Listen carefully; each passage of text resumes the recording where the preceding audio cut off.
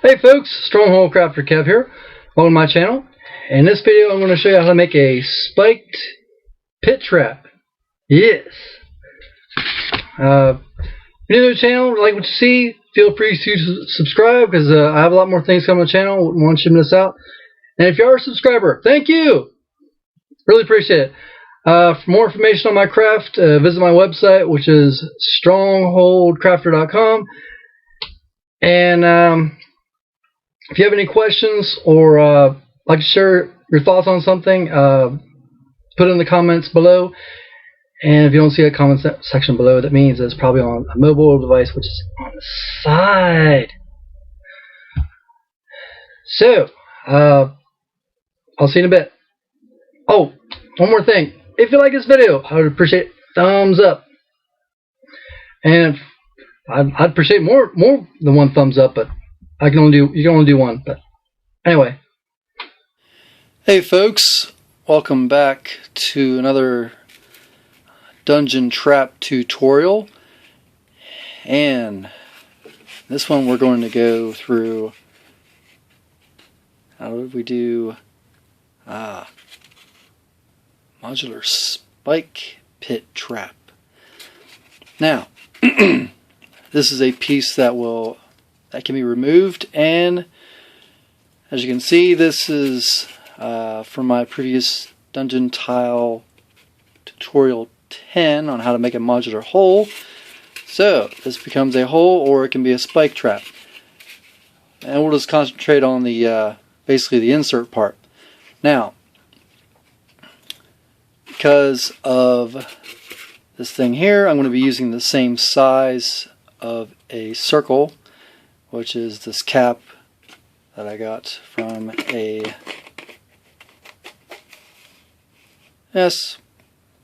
jar of applesauce. And I did wash out that jar, but anyway, I'm not going to go through the tracing part. That's already been done. I already cut it out.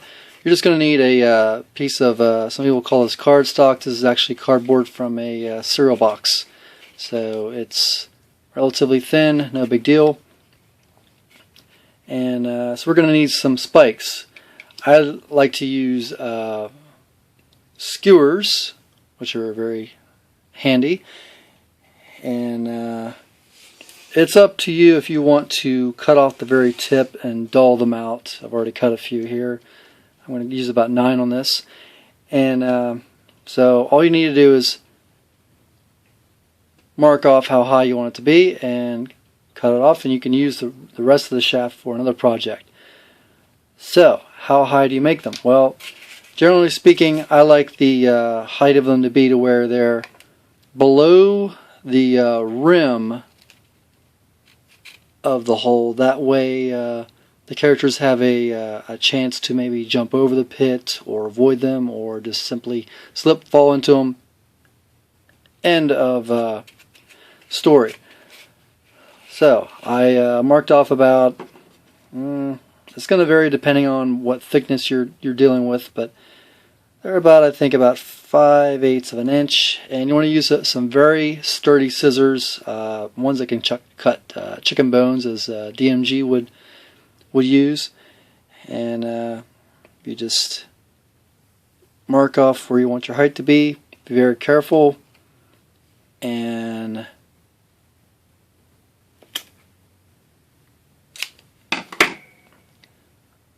simple enough. And like I said, we'll just stow that part. Now, don't worry about if it's an uneven. You can fix that by when you put it down. It's going to be held on with hot glue anyway. And just got to be careful of the tip, that's all. Now, it doesn't matter how you arrange them. That's pretty much whatever you want to do. You can mark down some dots to give you like a guideline. You want them to be spread out evenly so you can easily paint them, of course. So that's what I'm going to do now. I have that mini hot glue gun warming up. It's actually low temp hot glue, which is all you need. Or you can use a higher temperature one. It all depends on how long it'll take for the glue to dry. So let's get started. I'll zoom in here a little bit.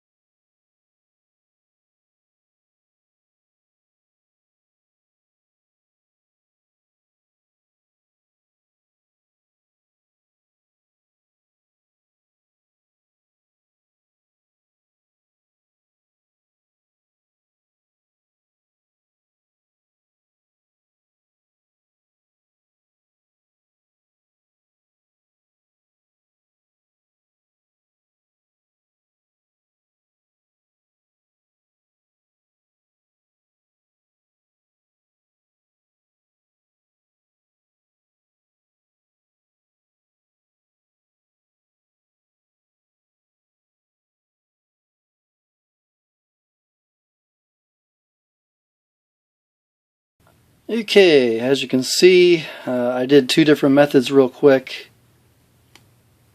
to show you how you can actually overdo it with the glue. As you can see there with the first one, focus, there we go.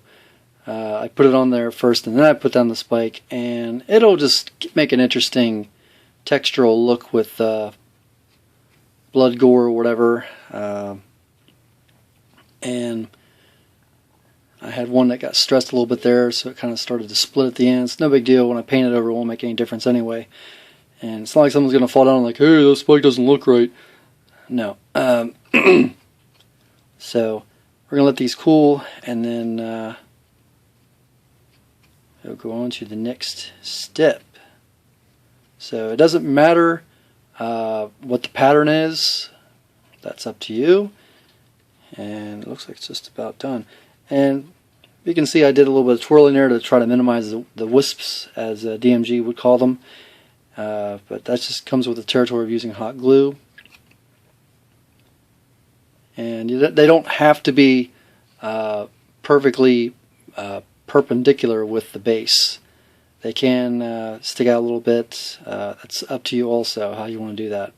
I'm just envisioning that when they fall, the enemy or the unfortunate foe that falls on them, they fall straight down. Get the picture. Okay. Now, I'm going to use a flat black paint to do the base coat. In this case, it's a Bella brand acrylic paint, and it's a thin acrylic paint, so it will dry very quickly. What I would do is I recommend taking a very small brush and very carefully paint around the spikes first, and then worry about getting the rest of the base. Now, the paint will cause the cardboard to slightly warp a little bit. That's okay, but it won't really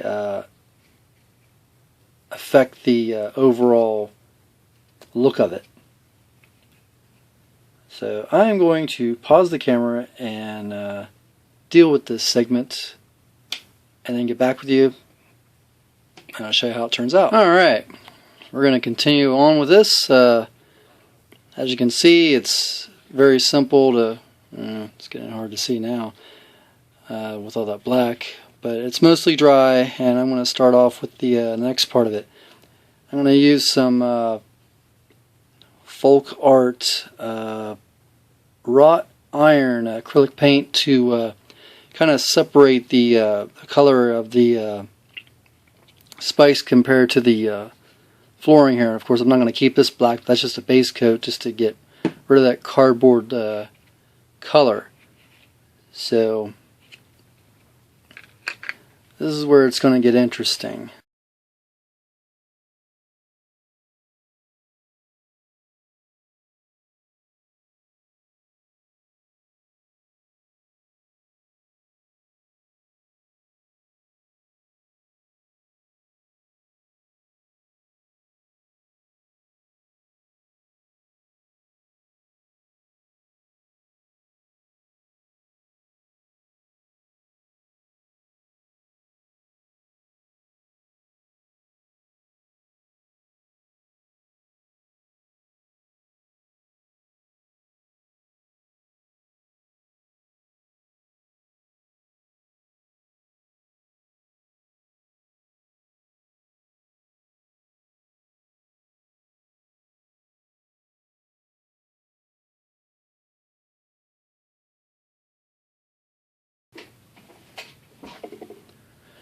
Okay, this is going to, focus. Focus.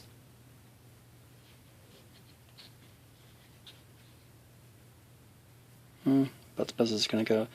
Alright, once we color the floor, it'll have a different contrast, but it's going to give it a slight metallic shimmer to it.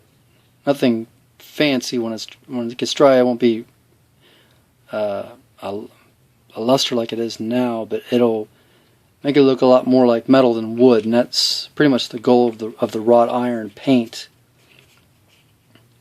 So I know I used in a previous video. Yes. Now, for the flooring, let me see if I can find, there it is. I wanted to use a burnt sienna from Americana. That is going to give it a more like a rust or dirt-like look to the floor. And in this case, it won't matter because you can either think of it, maybe it's a metal plate and it's been rusted because it's been down that dark and dingy dungeon, or if you want to think of it more of that, it's just the ground underneath, that's just dirt. Hey, doesn't matter. There's still spikes down there. Someone falls on it, it's going to hurt.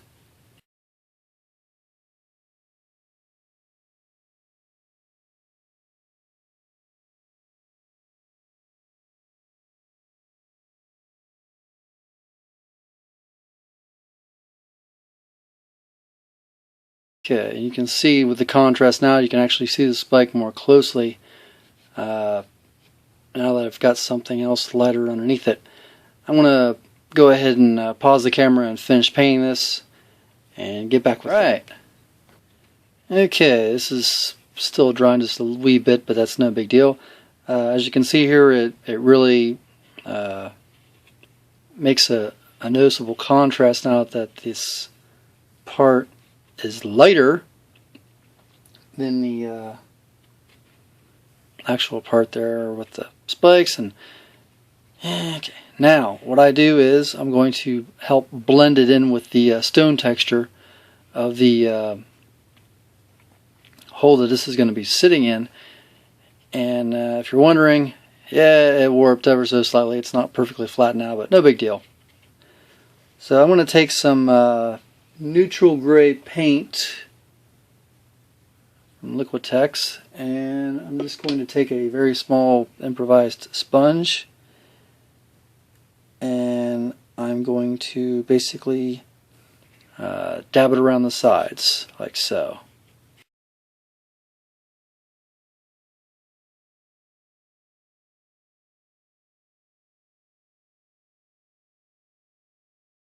As you can see, there's no real set pattern.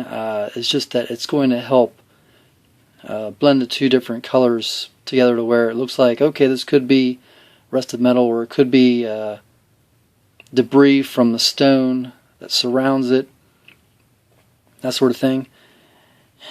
And now comes my favorite part, the blood effects. Alright, so we're going to take some folk art Naphthol Crimson, which is going to be, I'm going to say it's like a blood color per se. And we're going to take a small sponge, very small, because we're not pouring it out. We're just going to dip it in. And this stuff is going to dry fairly quickly. So we're going to just take a little bit here. And we're going to simulate blood splattering effects from some unfortunate soul that got stuck on these spikes. So very carefully, and with no set pattern here, we're just going to put some blood effects down. Forensic people, please do not abuse my creativity here. I'm not an expert in forensic science, so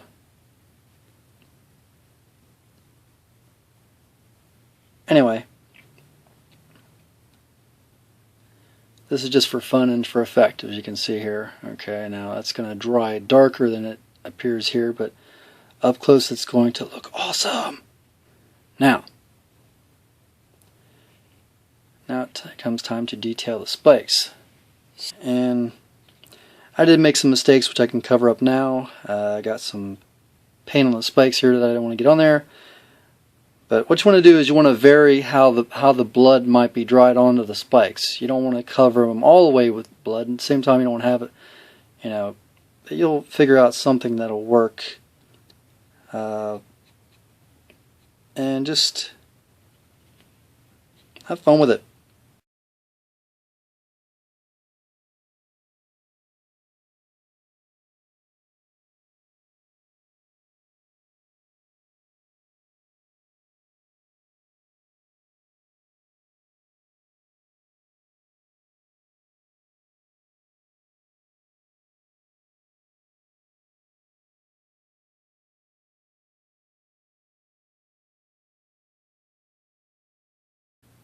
Okay, like I said, this stuff is going to dry darker than it appears to be here on camera, and dang brush. And as you can see here, you can vary where you apply it. Now, if people are concerned about, well, what if this is dirt, then you could also imagine that this stuff was maybe concealed and they just were thrust up, but that's up to the person directing the game and how that all comes into play. So this is pretty much done, and I will do a future video on how this can be applied on a tile. So, thanks for watching. Bye.